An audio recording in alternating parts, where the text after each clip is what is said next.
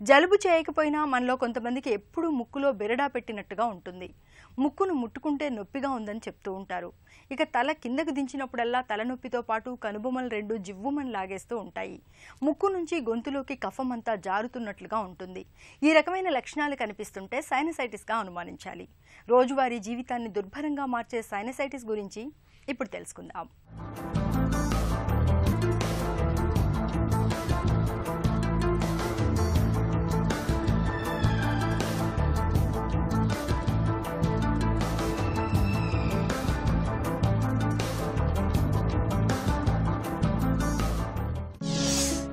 Sinusitis అంటే ఏంటి? Sinus అనేది మనలో చెవు, ముక్కు, గొంతులా ఎలా ఉన్నాయో ఈ ముఖం చుట్టూ ఉండే ఎముకల్లో గుల్లబారిన గాలి గదులు నిర్మాణాలని సైనస్లు అంటాం.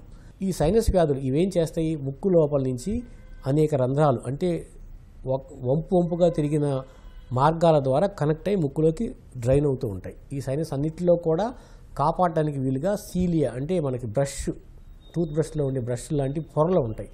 ఈ పొరల కదలిక ద్వారా లోపల ఉండే స్రావాలన్నీ కూడా ఈ ముక్కులోకి వచ్చి తెలియకుండా గొంతు ద్వారా వెళ్ళిపోతూ ఉంటాయి.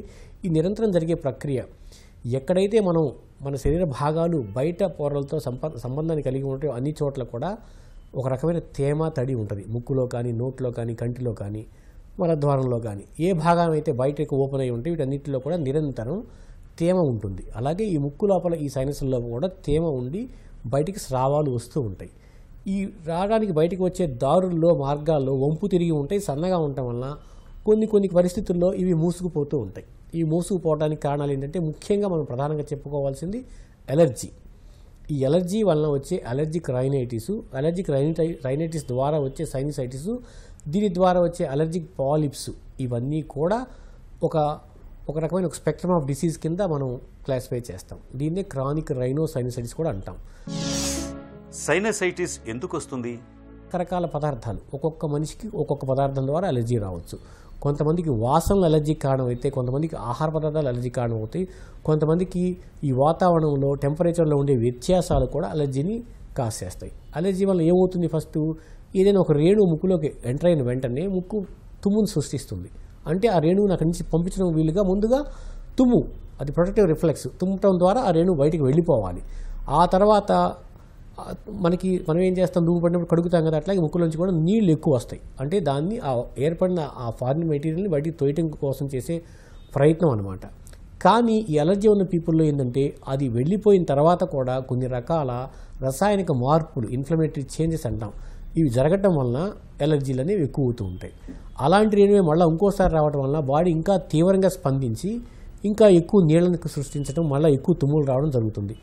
ఇలా జరగటం వలన ఈ డ్రైనేజ్ పాత్ అనుకున్న ముందుగా ఈ దారుల్లో ఉన్న మ్యూకోజ్ అనేది ఉబ్బిపోతుంది. ఈ ఉబ్బిపోవటం వలన లోపల ఈ సెక్రిషన్స్ నిలబడిపోతాయి.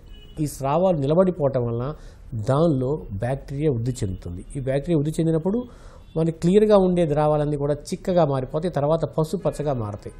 రంగు మారుతుందంటే కంపల్సరీగా అది కేవలం బ్యాక్టీరియల్ ఇన్ఫెక్షన్ వచ్చినట్లే లెక్క. సైనసైటిస్కు చికిత్స ఎలా ఉంటుంది? సైనసైటిస్కి, అలర్జిక్ రైనైటిస్ కూడా ఆపరేషన్ అనేది చివరి ప్రయత్నం. అది చివరిగా ఉంచుకోవాల్సిన అవసరం ఉంది. అంతేగాని వచ్చిన వెంటనే, కనపడిన వెంటనే ఆపరేషన్ గురించి ఎవరు కూడా డాక్టర్ని అడగకూడదు. డాక్టర్లు కూడా సజెస్ట్ చేసే అవకాశాలు తగ్గిపోయినాయి. ఇప్పుడున్న ప్రపంచవ్యాప్తంగా ఉన్న పరిణామాలు ఏంటంటే MMT అంటాం, మ్యాక్సిమం మెడికల్ థెరపీ. అంటే సొంతగా వైద్యాలు వాడకూడదు. ఇక్కడ కొన్ని రకాల అయిన కాంబినేషన్ మందులు వాడుతూ ఉంటాం. ఎలాంటి అంటే అలర్జీని పూర్తిగా తగ్గించడం కోసం ముఖ్యంగా ముందు చేయాల్సింది అంటే అలర్జిక్ అవాయిడెన్స్ అంటాం. అలర్జీ దేనివల్ల వస్తుందో గమనించి వాటికి దూరంగా ఉండటం ఫస్ట్ మంచి చక్కటి మార్గం. అలాగే శ్వాస సరిగ్గా ఉండటం కోసం కొంచెం వేడి నీటి ఆవిరి పట్టడం, ఇబ్బంది లేని వాసనలకు వాటికి దూరంగా ఉండటం చేయాలి. ఆ తర్వాత ఈ డాక్టర్ని సంప్రదిస్తే ఆయన ఇచ్చే మందులు, కొన్నిలో ముక్కులో వచ్చే స్ప్రేస్ వచ్చాయి, వాటిని స్టెరాయిడ్ స్ప్రేస్ అంటాం. వీటిని సూపర్విజన్లోనే వాడాలి, సొంతగా ఏది వాడకూడదు. ఈ స్ప్రేస్, కొన్ని రకాల మందులు కూడా ఈ 6 నెలల నుంచి 9 నెలలు వాడటం ద్వారా ఈ పాలిప్స్ అనేవి పూర్తిగా కరిగిపోతూ ఉన్నాయి. సైనిక సంబంధించిన ఇబ్బందులు కూడా పూర్తిగా తగ్గుతూ ఉన్నాయి. మ్యాక్సిమం మెడికల్ థెరపీ వల్ల సైనసైటిస్ తగ్గిపోతుందా?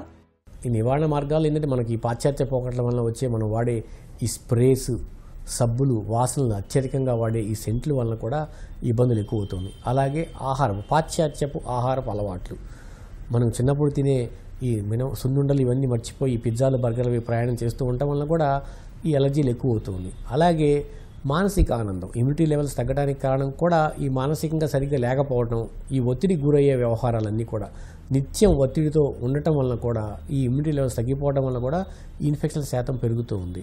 అలాగే ఇంటిని కూడా శుభ్రంగా ఉంచుకోవాలి. మనం ఇప్పుడు మనం స్వచ్ఛతను ఎలా పాటిస్తున్నామో స్వచ్ఛ ఆంధ్రప్రదేశ్, స్వచ్ఛ భారత్ లాగే కూడా మన చుట్టూ ఉన్న ఇంటిని మనమే కాకుండా పక్కన ఉన్న పరిసరాలని కూడా ఈ చిన్న చిన్న పూల మొక్కలు, ఎక్కువగా పార్థీనియం అంటాం, కాంగ్రెస్ వీడ్, ఇది ముఖ్యంగా అలర్జీని కలుగు చేస్తుంది. అలాగే ఇంట్లో ఉండే పెంపుడు జంతువుల్లో ప్రధానంగా అలర్జీ కారకాలు ఏమిటంటే కుక్కలు, పిల్లులు. ఈ కుక్కలు, పిల్లులు నోట్లోంచి వచ్చే లాలజలం అనేది ఈ వాతావరణంలో దాదాపు ఒక వారం పాటు ఉంటుంది. అది ఎట్లాగో ఫారిన్ పదార్థం, వాటిలో ఉండే ప్రోటీన్, ఇవి కూడా ముఖ్యంగా కలుగు చేస్తాయి. అలాగే ఇంట్లో ఉండే దుప్పట్లు, నిండుగలీవులు, కర్చీఫ్స్, వీటన్నిటిని కూడా తరచుగా ఉతికి ఎండకు ఆరేస్తూ ఉండాలి. అలాగే ఇంటి లోపల భాగాలకు కూడా సూర్యరశ్మి బాగా రావాలి. సూర్యుడు చాలా స్టెరిలైజింగ్ ఏజెంట్ అనమాట. ఈ సూర్యకిరణాలు కనుక లోపలికి రాగలిగితే, సోకితే లోపల బూజులు పట్టకుండా, ఈ గోడలు కూడా తేమ లేకుండా ఉండటం వలన ఈ డస్ట్ మైట్స్, ఈ బూజు కణాలు తగ్గి కూడా అలర్జీ మనకి అదుపులో ఉంటుంది. అలాగే బయటకు వెళ్ళినప్పుడు మనం కొన్ని రకాల జాగ్రత్తలు తీసుకోవటం, ఈ పొగ, ఈ స్మోక్, ఇవన్నీ కూడా అలర్జీ కారణాలుగా మారుతూ ఉన్నాయి. కాబట్టి పరిశుభ్రమైన వాతావరణం, పరిశుభ్రమైన గాలి, దాంతోపాటు మానసిక ఆనందం ఉండటం వలన ఈ అలర్జీల నుంచి కానీ, సైనస్ ఇన్ఫెక్షన్ నుంచి కానీ దూరంగా ఉండే అవకాశం ఎంతో ఉంది. దాంతోపాటు ఆహారంలో ముఖ్యంగా ద్రవాహారం, వాటర్ కంటెంట్ చాలా తక్కువగా తీసుకుంటూ ఉన్నాం. చెప్పాం కదా ఇంతకుముందు, మనం ఎక్స్పోజ్ అయినట్టు ప్రతి భాగం కూడా, బయటకి ఓపెన్ అయిన ప్రతి భాగం కూడా తేమతో నిండి ఉంటుంది. ముఖ్యంగా నోరు మాట్లాడేటప్పుడు, ముక్కు గాలి తీసేటప్పుడు. కాబట్టి వీటికి సరైన మోతాదులో తేమ అందకపోవటం వల్ల కూడా ఈ పొరలు పొడిబారటం వలన వీటికి తేలికగా ఇన్ఫెక్షన్ సోకే ప్రమాదం ఉంది. చక్కటి పరిశుభ్రమైన నీటిని ఎక్కువ తీసుకోవడం ద్వారా, అలాగే ఇంకోటి ముక్కుకు సంబంధించి, శ్వాసకు సంబంధించి ప్రాణాయామ. ఈ ప్రాణాయామం అనేది ఎన్నో రకాలుగా ఉపయుక్తమైంది. మనసు ఆందోళన తగ్గించడమే కాకుండా శరీరంలో ఆక్సిజన్ స్థాయిని పెంచడం వలన కూడా ఈ ముఖ్యంగా ప్రధానంగా శ్వాసకు సంబంధించిన అలర్జీలు, ఈ ఇన్ఫెక్షన్ల బారిన పడకుండా కూడా కాపాడుతుంది. కాబట్టి నిరంతరం మనం ఏదో ఒక వ్యాయామాన్ని చేస్తూ దాన్ని ప్రాణాయామంలో భాగంగా మార్చుకొని సరైన ఆహార అలవాట్లు మార్చుకొని ఈ సైనస్ వ్యాధులను జయించే అవకాశం ఉంది. ఇక ఈరోజు కార్యక్రమాన్ని ముగించే ముందు ఆంధ్ర హాస్పిటల్ సమర్పించే ఒక చిన్న చిట్కా మీకోసం. రక్తపోటును అదుపులో ఉంచుకునేందుకు నిత్యం మందులు వేసుకోవడంతో పాటు గోధుమ జావను తీసుకోవడాన్ని ఒక అలవాటుగా మార్చుకోండి. హై బీపీ చక్కగా అదుపులో ఉంటుంది.